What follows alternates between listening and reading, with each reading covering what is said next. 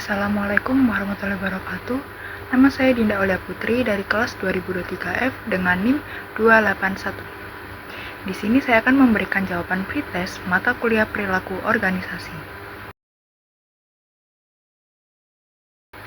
Saya akan menghadapi situasi ini dengan cara yang pertama memberi ruang bagi anggota tim untuk berdiskusi secara terbuka seperti menyampaikan pandangan mereka dengan tetap saling menghormati. Yang kedua, mengingatkan semua pihak bahwa tujuan tim lebih penting daripada perbedaan individu. Yang ketiga, mengambil keputusan berdasarkan fakta atau analisis untuk menghindari subjektivitas.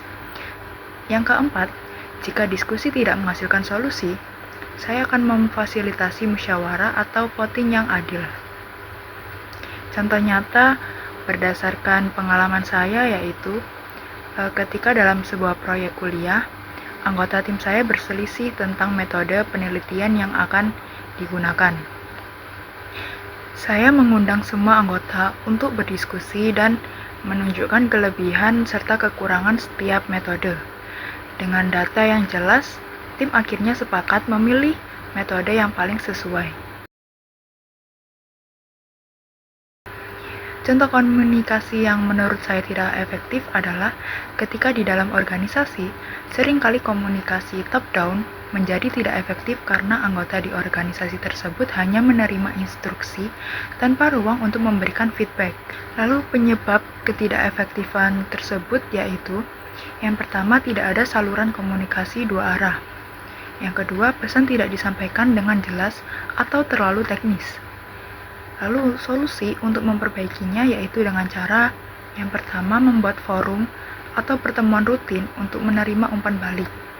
Yang kedua, menyederhanakan bahasa komunikasi agar dapat dimengerti oleh semua pihak. Yang ketiga, membangun budaya komunikasi terbuka melalui pelatihan komunikasi. Di sini saya memilih teori kepemimpinan transformational leadership karena teori ini memotivasi anggota di dalam organisasi untuk berinovasi dan melampaui ekspektasi. Dan pemimpin berperan sebagai inspirator yang membantu anggotanya menghadapi perubahan besar seperti digitalisasi. Untuk penerapannya dengan cara pemimpin mendorong pelatihan untuk meningkatkan keterampilan digital dan membuka ruang untuk inovasi dengan memberi penghargaan kepada ide-ide baru. Saya akan menggunakan kekuasaan untuk menjaga integritas dengan cara yang pertama, menunjukkan keadilan dalam keputusan dan tindakan. Yang kedua, membangun pengaruh positif. Yang ketiga, menunjukkan integritas melalui tindakan sehari-hari. Contoh dalam kehidupan saya yaitu dalam organisasi, saya pernah menghadapi situasi di mana favoritisme mempengaruhi pembagian tugas. Saya mengambil langkah untuk memastikan semua tugas dibagi secara adil berdasarkan kompetensi. Pengalaman saya yaitu ketika menjadi anggota kelompok belajar, konflik muncul karena pembagian tugas yang tidak merata. Untuk menyelesaikan konflik tersebut, yang pertama yaitu melakukan diskusi untuk mengidentifikasi masalah.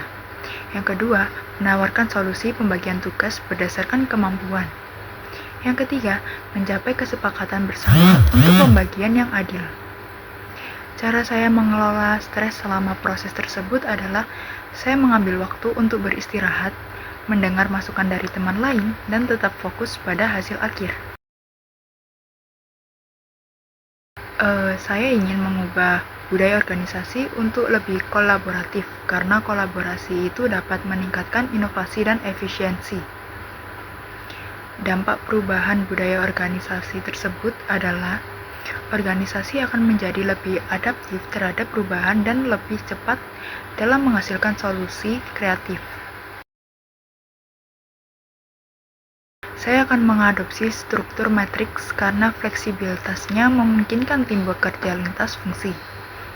Contohnya seperti mendesain ulang struktur organisasi di universitas dengan membentuk tim lintas program studi untuk proyek penelitian dan kegiatan mahasiswa, sehingga memudahkan kolaborasi, berbagi sumber daya, dan menghasilkan inovasi yang lebih relevan dengan kebutuhan akademik dan masyarakat. Sekian penjelasan jawaban dari saya. Apabila ada kesalahan kata, mohon dimaafkan. Wassalamualaikum warahmatullahi wabarakatuh.